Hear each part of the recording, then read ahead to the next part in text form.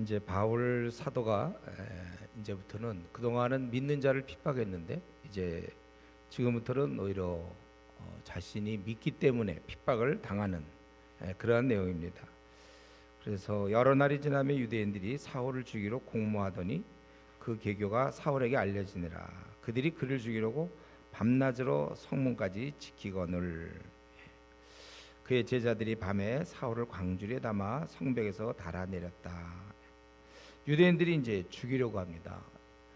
예, 더 이상 이제 지켜볼 수가 없어서 죽이려고 하고, 그래서 제자들이 그걸 알고 광주리로 담아 성벽에 달아내렸다. 우리 잠깐 이걸 볼 때 이 다메섹에서는 사울을 따르는 제자가 있었고 또 사울을 죽이려는 유대인들이 있었다는 거예요. 그가 왜 이런 일을 당해야 되냐면 바로 복음 때문이죠. 복음. 복음을 전하는 것은 위험한 것이며 또 우리 반대자가 항상 있음을 우리가 기억해야 돼. 왜냐하면 지금은 세상에 공주의 권세 잡은 자가 통치하는 이곳에 그의 백성들, 그의 부하들을 끄집어내는 거거든요. 그렇기 때문에 그 저항이 있는 거예요. 그래서 고난을 받는 것입니다. 언제든지 복음을 전할 때는 항상 두 부류의 반응자가 나타납니다. 그래서 오늘 본문에 있는 것처럼 죽이려는 유대인과 보호하려는 제자들. 우리가 근데 이럴 때 자꾸 이 저항, 반대자를 보고 낙심만 해서는 안 돼요. 자꾸 그쪽을 바라보면 낙심이 생기는 거고, 그러나 이 동역자를 바라볼 때는 힘이 생기는 겁니다. 여러분들이 어차피 나그네 길을 지나는 동안에 찬성하는 사람과 반대하는 사람, 같은 힘을 실는 사람과 그렇지 않은 사람이 있을 때 너무 예민해서 그렇지 않은 사람에 대해서 자꾸 생각하게 되고 100%가 돼야만 움직이고, 그게 아니라 반대자가 있는데 그거 그냥 알고 그냥 참고 넘어가는 거예요. 그래서 오히려 우리는 이 본문에 있는 것처럼 이 제자들을 생각하면서 여기서 힘을 얻어야 됩니다. 우리 교회 내에도 보면 뜻을 같이 하는 사람이 있을 거고 또 그렇지 않은 사람들이 있을 거예요. 그것 때문에 너무 낙심하고 힘들어하고 잠 못 이룰 것이 아니라 또 함께하고 있는 사람들, 우리가 그를 바라봐야 되는 것입니다. 또 우리는 이런 반대자를 볼 때마다 그들이 잘못됐거든요. 내가 그 반대자가 아닌 것에 대해서 좀 안도의 한숨을 쉬고 감사하고, 우리가 그렇게 힘을 얻어야 됩니다. 어쨌든 이 바울 사도가 주님을 믿고 나서 아주 숱한 어려움과 박해, 거기 시달리면서 복음을 전했습니다. 여러분, 우리가 이 복음을 전하는 것, 이것을 쉽게 생각하면 절대로 안 됩니다. 우리 전도팀들 나가는 거 그게 쉬운 게 아니에요. 우리는 이 나그네 길에서는 항상 오늘 본문에서는 외부의 어려움이지만 기본적으로 우리는 또 뭐가 있습니까? 내부의 이 게으름이랄까, 내부의 그 욕심, 이 불성실함, 항상 이 적과 싸워야 되고 또 외부의 적과도 싸워야 되잖아요. 오늘 본문에서는 이제 외부의 적이죠. 우리는 항상 이걸 염두에 둔 채 헤쳐나가야 됩니다. 오늘도 우리는 나 자신과 싸워야 될 것이고 또 나에게 닥친 그 어려움과 싸워야 되고, 그러니까 우리가 기도할 수밖에 없는 거예요. 우리 힘이 없어요. 나 자신과 싸우려면은 내가 나와 어떻게 싸웁니까? 뭐 백전백패 안 되게 돼 있어요. 내가 원하는 거와 그걸 어떻게 내가 막어 그걸. 그래서 우리가 기도 생활하는 자는 욕심을 줄여 나갈 수 있는 것이고, 기도 생활 없는 자는 그 욕심을 이겨낼 재간이 없습니다. 우리는 이 주님을 만나 뵙기 전까지는 항상 이 싸움을 하면서 가는 거예요. 여러분들 앞으로 50년 남았습니까? 30년 남았습니까? 앞으로 이제 사는 날 동안은 항상 이러한 제대로 살려고 그러면 이러한 고난의 길을 우리가 가야 되는 것이다. 힘든 상황을 우리가 견뎌나가야 되는 것이다. 이런 면에서 한번 생각해 볼 때 솔직하게 지금 이렇게 복음 때문에 고난받는 우리 바울 사도를 보는데 나는 요즘 무엇 때문에 이렇게 어려워하는가? 내가 아마 정직하게 내가 지금 무엇 때문에 제일 힘들어하죠? 그게 복음 때문에 하나님 나라 확장을 하려고 하기 때문에 아주 노심초사하고 잠 못 자고 그런 겁니까? 아니면 어떤 이유로 내가 힘들어하는가? 그래서 우리가 이 나그네 길 힘든 건 다 사실입니다. 저와 여러분, 그러나 이왕 힘들 바에는 복음을 위해서 살다가 그렇게 힘들어야 되겠어. 그러면서 우리는 여전히 우리 하나님께서 우리에게 주신 우리의 동역자 바라보며 힘을 얻는 것입니다. 그리고 이제 바울 사도가 예루살렘에 가게 돼요. 그래서 우리 31절까지 내용이고, 그 다음에 이제 또 베드로 얘기가 좀 나오는데, 예루살렘에 갔어요. 그거는 왜냐하면 제자들을 사귀고자 했다 이거예요. 이렇게 제자들을 사귀고자 했다. 지금 할 일도 많은데 또 제자들을 사귀려고 한다. 우리는 이런 면에서 이런 성도 간의 교제의 이런 중요성을 우습게 생각하면 안 돼요. 굉장히 중요한 거예요. 우리가 이 전투에서 혼자 나갈 수 없어요. 함께 가는 거거든요. 제자들을 사귀려 했지만, 근데 제자들은 두려워하여 그의 제자됨을 믿지 않았다. 안 좋은 얘기를 많이 들었잖아요. 혹시 우리랑 친한 척 하다가 누가 핵심 리더고 누가 확실한 제자인지 알아가지고 다 파악해갖고 혹시 잡아가려는 거 아닌가. 우리가 그렇게 생각할 수도 있겠어요. 아니면 왜 이럴 때 제자들은 그 두려워하고 믿지 않는데 이제 바나바가 그런 일을 하는데, 왜 이럴 때 우리 좀 제자 중에 한 사람, 뭐 베드로든지 누구든지 왜 좀 바울을 맞이하라고, 아나니아가 그 바로 오늘 이 9장에 나오잖아요. 아나니아에게 미리 얘기해서 그를 찾아가고 뭐 이렇게 다 얘기했다면, 예를 들면 베드로에게 좀 바울을 맞이하라고 그렇게 말씀하지 않는가. 그렇다면 이 바울 사도가 진정한 회심을 이룬 주의 종이라는 걸 알 텐데, 또 이 제자들도 굉장히 이때쯤 되면 영적으로 굉장히 고양된 상태, 옛날의 제자가 아니거든요. 이때쯤 되면. 근데 왜 이런 걸 몰랐을까? 우리가 좀 성경을 알아야 될 것은, 베드로는 이 아나니아와 삽비라가 땅값 얼마를 감춘 것을 알았어요. 그러나 이때 만약 베드로가 있었다면, 아니면 또 다른 제자들이 있었다면은 이것을 지금 그런 거는 알아도 이 사울의 회심이, 이 바울의 이 진정성에 대해서는 잘 모르고 있다. 우리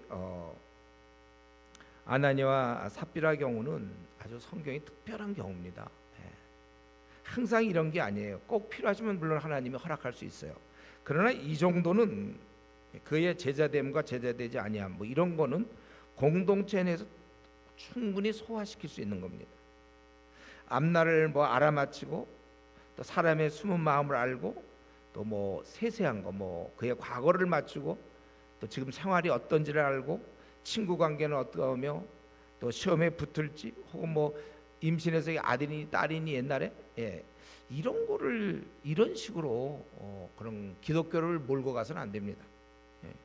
오히려 많은 경우는 우리의 지혜와 분별력을 발휘해서 알아야 되고, 우리 에베소 5장 17절에 있는 것처럼 우리는 자꾸 주님의 뜻이 무엇입니까? 이 문제에 대한 주님의 뜻이 무엇입니까? 묻지만 주님의 답변은 뭐예요? 너희가 알아라. 너희가 주의 뜻이 무엇인지 이해하라. 그래서 우리가 주의 뜻을 이해하기 위해서는 우리의 교본, 우리의 그 전공, 이 성경을 한없이 알아야 되는 거예요. 그래야 이게 주님의 뜻이잖아요. 전체가. 우리가 깨달아서, 우리 히브리서 5장 14절, 장성한 자는 지각을 사용함으로 연단을 받아 선악을 분간하는 자다. 이 정도는 사실 이걸 뭐 또 음성을 듣고 야 믿어라, 이래야만 알겠냐, 좀 얘기를 좀 들어보고 이건 파악을 해야죠. 그래서 이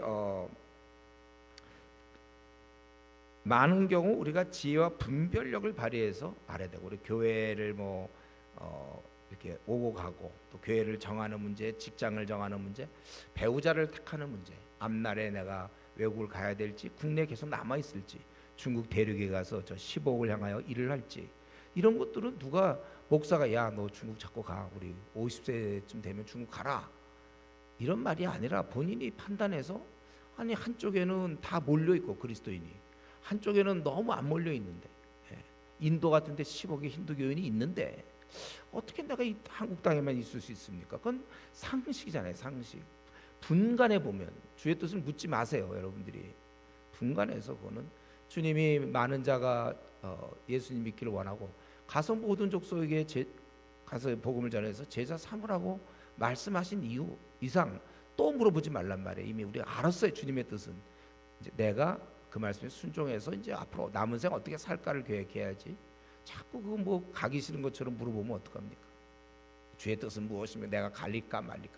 벌써 말했는데 가라고. 우리가 그런 이제 생각을 갖고야 되고, 여기서도 지혜와 분별력이 필요한데 바로 그런 인물이 바나바였습니다. 바나바. 예. 그래서 바나바가 중간에 나서는 거죠. 27절 바나바가 데리고 사도들에게 가서 그가 길에서 어떻게 주를 보았는지와, 굉장히 중요해요. 이거는 예. 주께서 그에게 말씀하신 일, 네가 가서 이방인의 이제 사도가 되는 거잖아요. 다메섹에서 그가 어떻게 예수 이름으로 담대히 말하였는지를 전하니라. 예, 바나바가 이것을 소개한다는 건 이제 증인이 되는 거예요. 자칫 잘못했다가는 혹시 이게 좀 약간 거짓이라든가 그러면은 자기들 사도들 아주 핵심부에 와갖고 다 잡아가 버리고 다 노출되는 그런 거지만 확신을 갖고 있는 거죠. 바나바. 그래서 제자들이 함께 우리 갈라디아서 1장 18절에 보면 보름간 15일 한 2주 정도 우리 수련하는 한 2주 정도를 같이 지내게 됐다. 그러니까 바나바는 다른 오히려 이 사도들은 잘 몰랐는데 제자들은 바나바는 바울의 한 행동을 듣고 그가 진심으로 거듭난 주의 제자였음을 알았다는 것입니다. 자칫 모험일 수 있지만 하나님이 사람을 한순간에 바꿀 수 있다. 그러한 그 주의 능력을 그는 신뢰한 것이죠. 바울이 다시 생각이 바뀌어서 유대교로 돌아갈 수는 없고 다시 박해할 수도, 물론 돌아갈 수도 있고 박해할 수도 있지만 제대로 만약에 주님을 만났다면 그럴 수 없다는 것을 너무나 잘 알고 있었다는 거예요. 이 얘기 딱 보면 벌써 이게 바나바가 딱 보고 다시 돌아갈 수 없다. 다시 그럴 사람이 아니다. 이걸 알 수. 사실 우리도 그렇지 않나요? 우리도 주님을 제대로 만나면 다시 옛날로 돌아갈 수 없어요. 그때 우리 한국교회 지금 뭐 미지근한 신자, 그는 이제 시험에 떨어진 자들이고 정상적인 그리스도인이 어떻게 미지근할 수 있습니까? 주님께 시집 갔는데 우리가 주님과 결혼했는데 어찌 다시 세상과 짝할 수 있습니까? 그러니까 사실 이 미지근하다는 것도, 그러니까 자꾸 미지근하다 그러면 자꾸 물어보고 싶은 거죠. 언제 주님을 만났는가? 너 확실히 거듭난 거 맞냐? 안 물어볼 수가 없어요. 우리 지금 한국 교회 모태 신앙들 거의 대부분이 만나는 사람마다 정말 이게 거듭났나 싶을 정도로, 한 고등학교 때까지는 티가 안 나요. 이제 대학 들어가는 순간부터 그가 확실히 거듭난 자라면 그렇게 안 사는데 거듭나지 않았기 때문에 그렇게 사는 게 아닌가. 우리는 정말 한번 진짜 제대로 주님을 만난 사람은 다시 옛날로 간다는 건 참 어려운 일이에요. 물론 이제 자기가 경건의 관리를 잘 알아서요. 즉 말씀과 기도 생활을 대충 해서 소홀히 해서 뭐 미지근한 신앙으로 떨어질 수 있겠죠. 그러나 완전히 떠나지 못할걸요. 그래도 저와 여러분, 우리는 이제 주님을 만나 뵙고 나서 옛날로 돌아갈 수는 없어요. 우리는 과거에 나는 이 땅에서 죽었습니다. 나라는 내 성격 있잖아요. 까칠하고 까다롭고 또 교만하고 또 욕심 많고 시기심 있고 누구한테 앉으려고 하고 돈을 좋아하고 학벌을 좋아하고 뭐 이러던 거, 이런 모든 것은 이제 그런 나는 없어졌어요. 인정받기 원하던 나는 이제 죽었습니다. 이제부터 내가 살아가는 그 이유는 주님을 섬기기 위해서. 원래 하나님께서 우리를 이 땅에 내신 이유가 영광을 돌리라고 그랬잖아요. 근데 우리한테 굉장한 기회예요. 영광스러운 거죠. 우리 보고 영광을 돌리라는 그 말은 너무나 우리에게 영광스러운 거고, 우리를 어떻게 그렇게 대접해 주시는 거예요. 우리가 나 같은 게 하나님께 영광을 돌릴 수 있다. 그걸 오히려 기대한다. 그거는 나를 갖다가 굉장히 쳐주는 거라고 그랬죠. 가서 모든 족속으로 제자 삼으라. 이런 유언을 던지신 거는 나를 너무 높이 쳐주고, 어떻게 나를 뭘로 받길래, 이런 한심한 나를 뭘로 받길래 그런 주님이 하시던 일을 나한테 맡기는가. 굉장한 거잖아요. 이제 내가 과거에 나는 이 땅에 다 사라졌습니다. 이제 내가 살아가는 유일한 이유는 주님의 영광. 이제 나의 영광은 땅에 묻어버렸어요. 그리고 주님과 함께 이제 살아가는 것입니다. 그렇기 때문에 우리 절대 속아서 안 돼요. 아직도 옛날에 내가 있는 것처럼 생각하면 안 돼요. 아직도 믿고 나서 야, 넌 내 성질 알지? 이런 거 얘기할 수 없어요. 뭐 다 바뀌었는데 이제 속으면 안 됩니다. 자꾸 마귀가 우리를 속이는데 속지 마세요, 여러분. 우리는 완전히 새로운 존재예요. 새로운 존재. 우리 바울 사도가 얘기한 것처럼 그리스도 안에 있으면 누구든지 새로운 피조물이라. 이전 것은 지나갔으니 보라 새 것이 되었다. 과거의 절연을 여러분 선포하세요. 이전의 나는 아니에요. 까다롭고 까칠하고 자기 거 절대 아주 구두쇠, 약속 잘 안 지키고 불성실하고 둘러대기 잘하던 그런 나는 이제 없어졌어요. 이전에 그렇게 그런 나는 없어지고 지금은 이제 새롭고. 그래서 너 내 성질 알지? 성질이 뭐죠? 온유와 겸손. 우리는 이제 다 그런 사람들이에요. 아직도 내가 신앙생활하지만 아직도 고집이 있다? 우리가 우리가 어디 있습니까?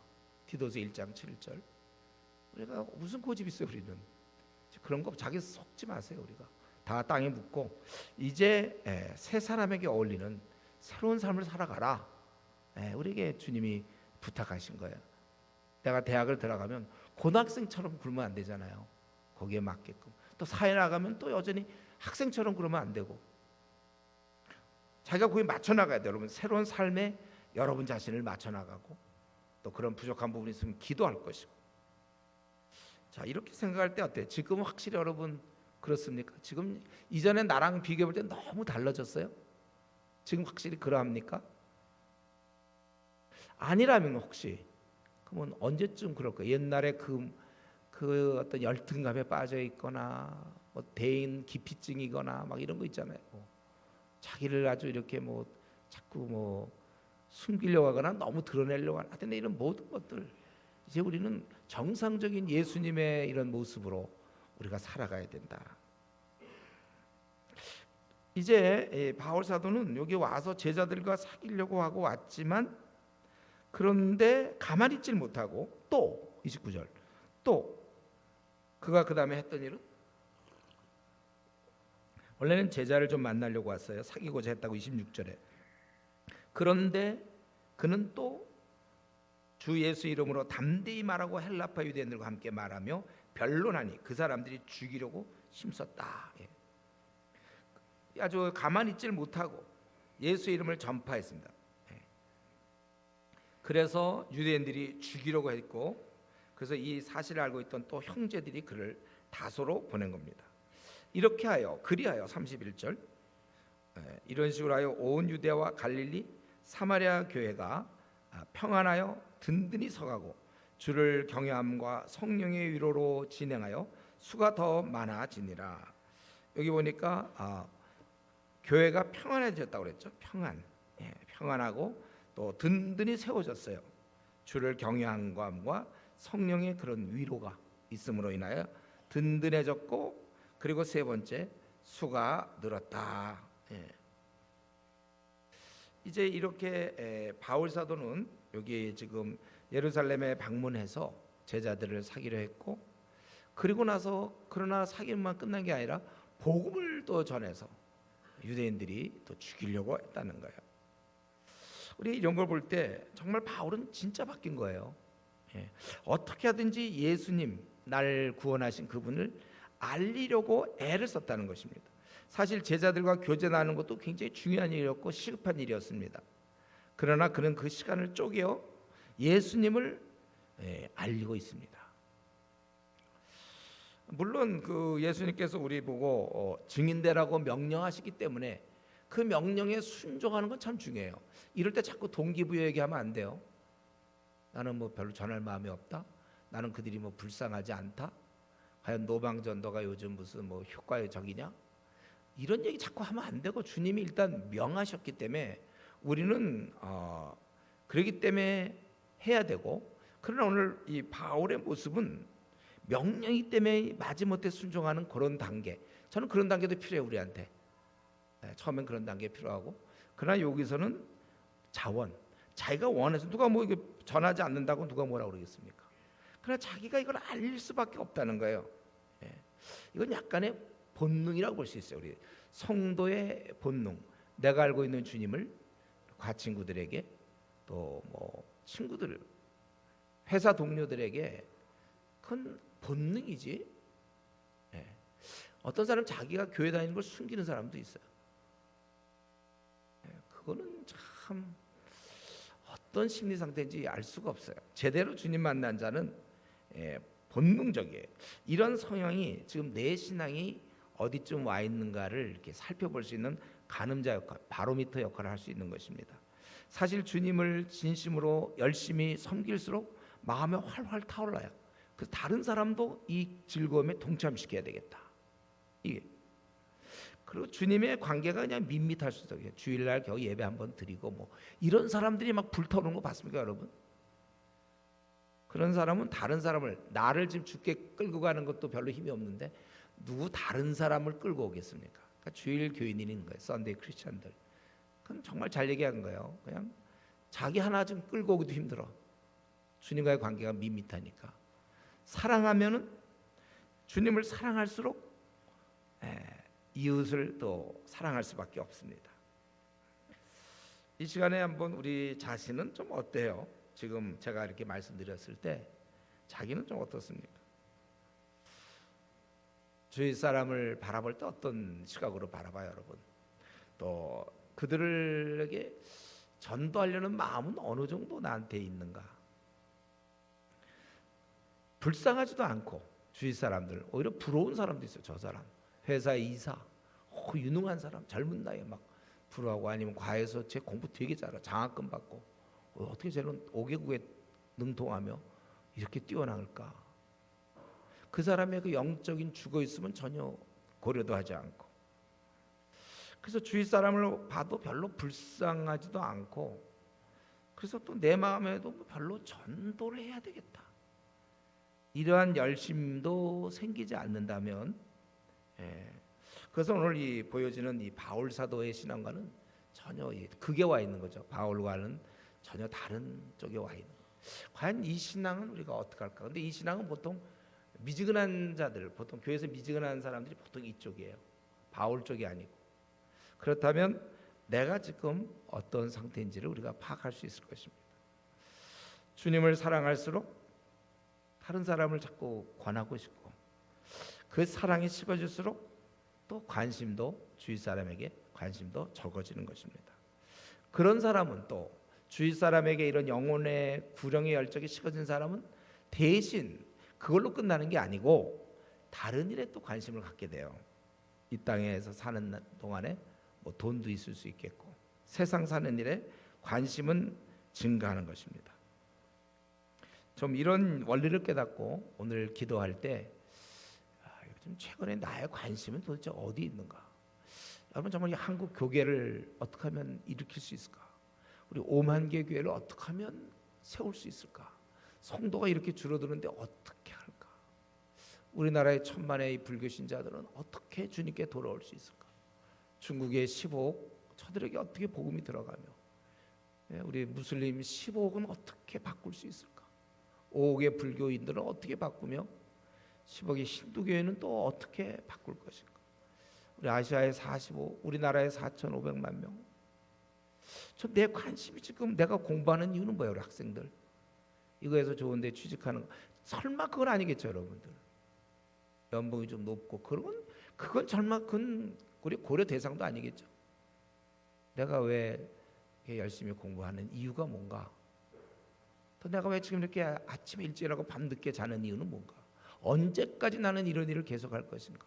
언제까지 나는 파트타임으로 내 남은 생을 항상 주님의 이런 파트타임으로 할 생각인가? 풀타임은 언제쯤 내가 결단할 것인가?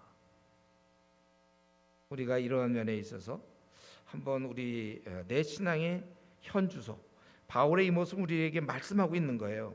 이렇게 살아야 되는 거예요. 그는 믿는 자와는 항상 연합하려고 하고, 믿지 않는 자는 오히려 끌어들이려고 하는 이런 정신.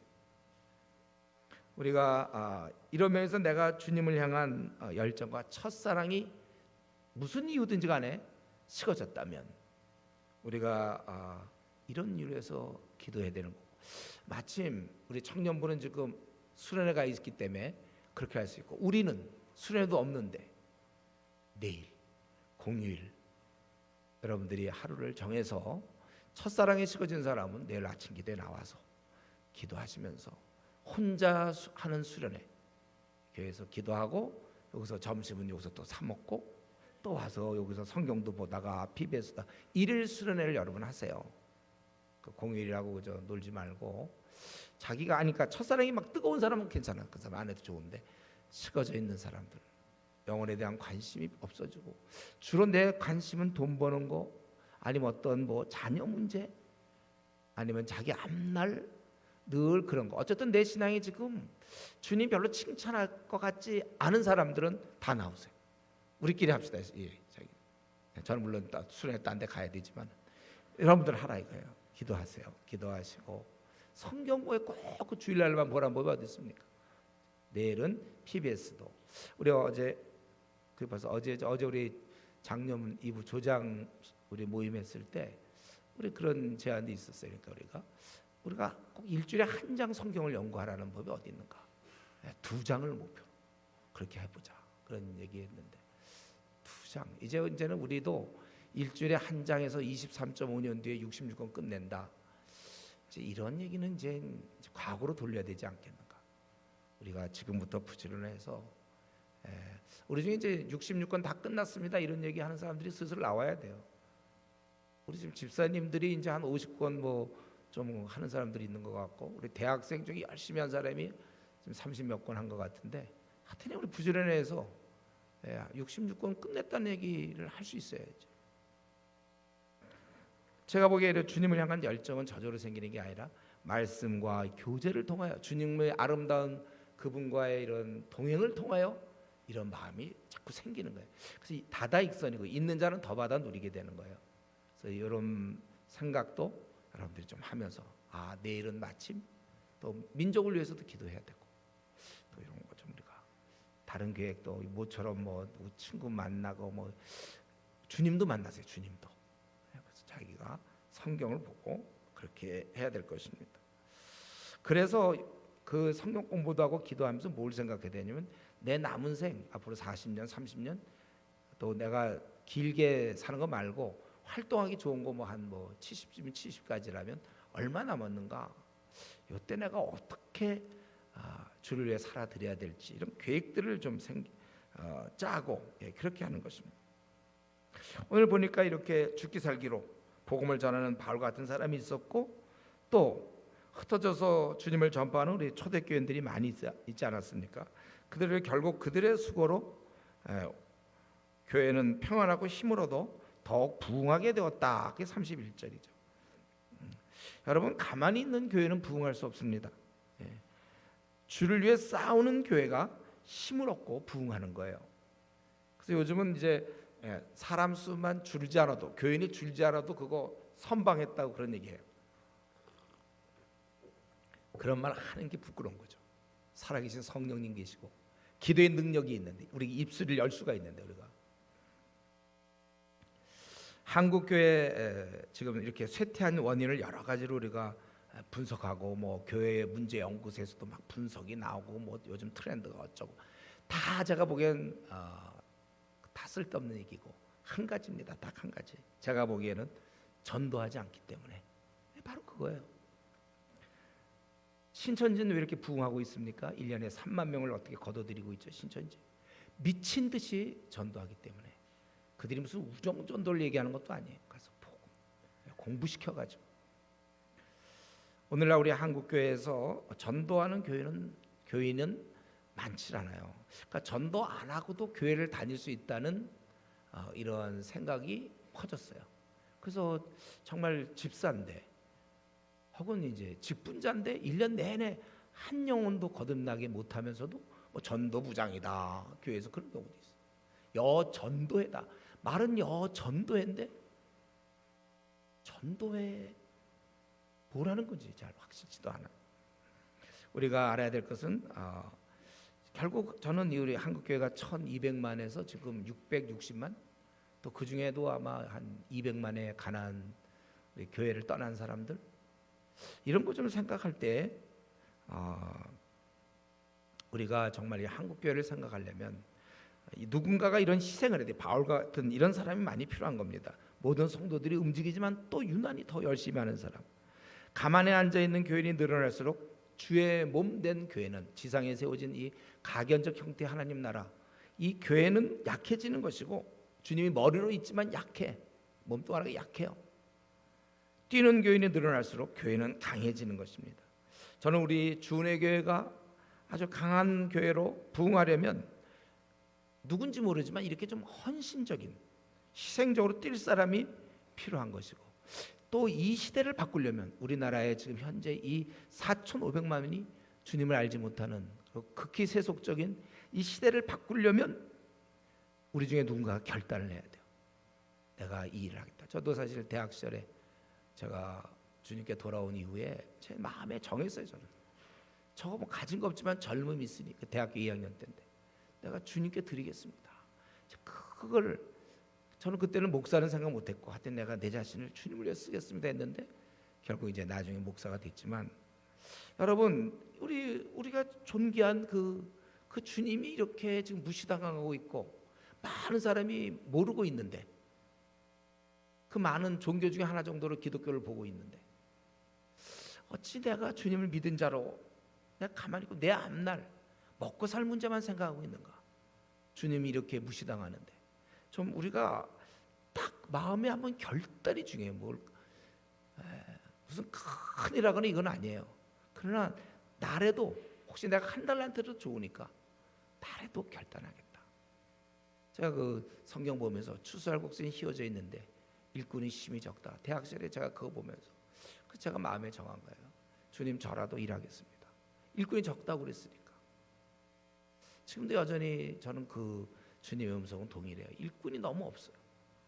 여러분들이 일꾼으로 저라도 원하시면 제가 주를 위해서 살겠습니다. 오늘 이따가 기도할 때 여러분 정말 우리 아직 이런 기도 안 한 분, 아직도 자기 생이 아까워서 요거 혹시 주님이 막 쓸까봐 걱정되는 사람들, 아직 그 주님과 다시 한번 관계를, 정말 선한 목자 맞는지, 그래서 주님 원하신다면 나 뭐 가진 거 없지만 내 이 젊음을 드립니다. 한번 이렇게 결정하는 게 중요한 거예요.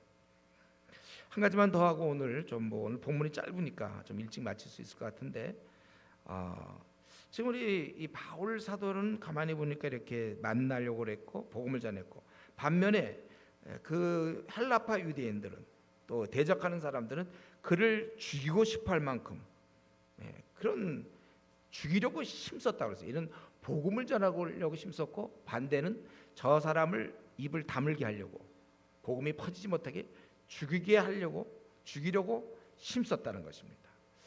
저는 이걸 볼 때 이거 바울은 이런 사람이구나. 그 대적하는 사람이 죽이고 싶어할 만큼 아주 분명하고 확실하게 열심히 복음을 전한 것입니다. 제가 가끔 얘기 듣기로 우리 고속터미널 전도팀들이 가서 거기 그 경배하는 사람들이 막, 경배하는 사람이 좀 못살 굴고 막 우리 본 앞에 전도지도 찍고 아주 그렇다고 그러지 않습니까? 우리가 가만히 있었으면 그런 일 없는데 전하니까 그보다 앞으로 더한 일이 있을 수 있어요. 뺨도 맞을 수도 있겠고 망신을 당할 수도 있을 거예요. 우리 바울 사도는 죽이고 싶을 사람, 그러니까 그 경비가 우리를 보면 막 죽이려고 할 정도, 그 정도 우리가 확실해. 우리가 그러니까 예의를 안 갖추고 막 소리를 지르고 예수 전당 불신적 막 그런 식으로 한다면 그건 안 되죠. 그러나 우리가 정말 이 신앙의 자유가 있는 땅에서 예의를 갖추면서 구원하려고 하는 이런 거, 그 사람들이 우리를 죽이고 싶어할 만큼 그만큼 나는 분명하고 확실하게 지금 복음을 전하고 있는가. 캠퍼스에서 내가 복음 전할 때 사람들이 아주 그냥 만물의 찌꺼기 벌레 정도로 여길 정도로 나는 그런 무시를 당하면서도 복음을 전달하고 있는 거예요. 내가 인정받으면서는 사실 그건 어려워요. 여러분, 복음을 전하되 우리가 다시 한번 결심할 거는 적당히 내 체면을 유지하면서가 아니라 완전히 주위 사람에게 미움을 받을 만큼 미움을 받을 만큼 우리가 아주 그냥 주위 사람 저거 죽였으면 좋겠다. 저거 우리 과에서 쫓아냈으면 좋겠다. 우리 직장에서 쟤는 좀 빼뜨리자. 쟤는 좀 쫓아내자. 그럴 정도로 미움을 받을 정도로 복음을 전하는 자가 우리가 돼야 되는 것입니다. 이것이 차라리 가만히 있어서 이런 미움받지 않는 사람보다 훨씬 나은 거예요. 제가 볼 때 이 바울은 이게 지금 자기 길을 찾은 거예요. 제 길을 찾았어요. 지금 이거 딱 봤을 때 그를 공격하는 헬라파 유다인이나 다른 사람이 아니고 우리 그런 사람들은 그냥 어둠에 있는 거고, 바울 사도는 비로소 오랜 동안 어둠에 있다가 벗어나서 지금 이 모습이 광주에 타고 도망가고 막 이런 모습이 지금 또 사람들이 다소로 보내잖아요. 위험하니까. 이게 지금 제대로 사는 거예요. 여기에 힘 있는 거예요. 사람이 제 길을 갈 때 힘이 있습니다. 확신 가운데 흐리멍텅하게 있을 때는 여러분 그 미지근한 성도들 보세요. 혹시 자기라면 자기를 보세요. 무슨 힘이 있습니까? 하루를 살더라도 이렇게 확실하게 이런 여기 담대히 말하야 했는지를 어떻게 했는지 그가 예수 이름으로 담대히 바나바가 그 소개할 때 27절 담대히 했다 이거죠. 그 지금보다 더 담대해야 되겠어요. 그는 예의를 깨라는 뜻이 아니에요. 예의를 지키되 얼마든지 우리가 담대히. 그래서 저는 이걸 가만히 볼 때 바울의 이런 모습을 볼 때 제 길 찾았구나. 이게 이제 기쁜 거예요. 한 개인으로서 축하하고 싶은 거예요. 당신 정말 제 길 찾았구나. 이게 미움을 받으라도 쫓겨다닐지라도 광주를 탈지라도 이거는 제 길을 찾은 거예요. 이런 면에서 여러분 우리 80년짜리 짧은 생을 살아가는데 나는 지금 제 길을 지금 확실히 찾았습니까? 다시 태어나도 이렇게 살까 확실한가? 제가 누누이 얘기하지만 내가 다시 태어나도 이렇게 살겠다. 그게 제 길이에요. 분명히 나 지금 후회 없다. 내가 다시 태어나도 만족한다. 이렇게 돼야 돼. 그래서 내가 무슨 직업을 뭘 가졌냐 이게 중요한 게 아니고 그런 걸 갖고 얘기하는 게 아니에요. 다시 태어나도 이 길을 갈 만큼. 제가 생각할 때 바울은 다시 태어나도 이렇게 이거 절대 후회가 없어요. 여기서 지금 바울이 아이고 후회가 됐다 이런 거 없어요. 당당한 것이죠. 우리가 이렇게 살아야 되는 거예요. 그리고 사실 이렇게 사는 거야말로 그들은 죽이려고 했지만 사실 그들을 사랑하는 것이고 이것이 또 우리가 가족에게 이런 일 당할 때 가족을 사랑하는 것입니다. 가족이나 친구들과 평화롭게 지내는 것 실제로는 그거는 내용적으로 볼 때 그들을 가장 미워하는 것이고 그들을 지옥 가려면 가도록 내버려 두는 것입니다. 그들과 평화롭게 지내는 것 그는 그리스도인으로서는 정말 최악이죠. 아주 나쁜 사람이죠. 자기만 구원받으면 되는 사람들이에요.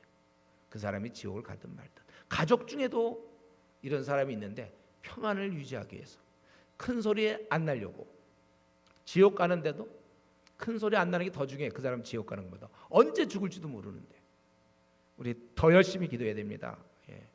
내 가족, 내 친구가 지옥에 떨어지는데 우리 과친구 지옥에 떨어지는데도 정말 가만히 있는 아주 무정한 사람, 아주 무정한 사람, 야비한 사람, 자기는 이런 걸 다 알면서 아무것도 모르는 그를 가만 놔두다니 진짜 비정하고 무서운 사람이다.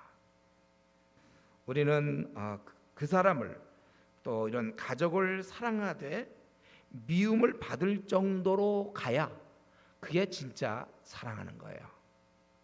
그들의 입에서 비난과 욕설과 저주가 나온다면 난 그들을 제대로 사랑하고 있다는 것이 확실한 것입니다. 반면에 그들이 나를 욕하지 않는다면 제 교회 다니들이 좀 뭐 사람이 좀 바뀌었다 한 요 정도 그들이 나를 욕하지 않는다면 내가 그들을 진실로 진정한 의미에서는 사랑하고 있지 않다. 그것이 확실한 것입니다.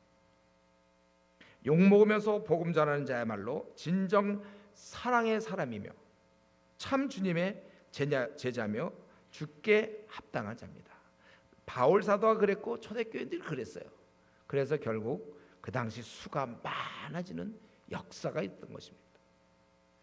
이런 면에서 우리가 앞으로 남은 생 이 땅에 이제 하나님이 나그네 길 얼마간의 시간을 줄지 모르지만 우리가 이러한 사람들에게 비난을 당하는 것, 무시를 당하는 것, 또 욕을 받는 것, 이런 거를 우리가 피하지 말아야 하겠습니다. 오히려 우리는 그런 것을 내가 당한다면 내가 진짜 그 사람을 사랑하는 중이구나. 그래서 우리 이제 앞으로 우리가 분명히 주님 만나는 건 분명한 거 아닙니까? 언제쯤 만날지는 모르지만 우리가 주님 만날 때 내가 열심히 이 귀한 주님을 알리다가 주님을 만나는 우리가 그러한 삶을 살다가 우리 오늘 이 바울 사도의 모습을 통해서 왜 바울 사도는 맨날 욕먹고 사람들이 죽이려고 하고 왜 바울만 그런 일을 겪어야 돼요? 바울을 좀 신앙의 선배를 닮으면서 우리도 욕심껏 많이 먹고 주님 만날 수 있도록 주를 위해서 핍박을 당하고 고난을 받는 그런 아주 지혜로운 주께서 기뻐하는 그러한 우리 성도 되기 바랍니다. 우리 시간 같이 통성으로 기도합시다. 오늘 아주 특별히 두드러진 것은 바울은 복음 때문에 고난을 받고 목숨의 위험 때문에 광주리 타고 내려올 정도로 그리고 또 지금도 다소로 가야 될 이러는 중에 교회는 힘을 얻었고 수가 많이 늘었다고 그랬습니다. 나는 한번 정직하게 내가 최근 뭐 때문에 이렇게 고난을 받는가? 주님 때문에 고난을 받는 거예요? 아니면 어떤 문제로 내가 힘들어하며 잠 못 이루합니까? 우리가 바울처럼 욕을 얻어먹고 비난을 받으며 힘들게 사는 그러한 성도가 되도록 이 시간 같이 한번 통성으로 기도합시다.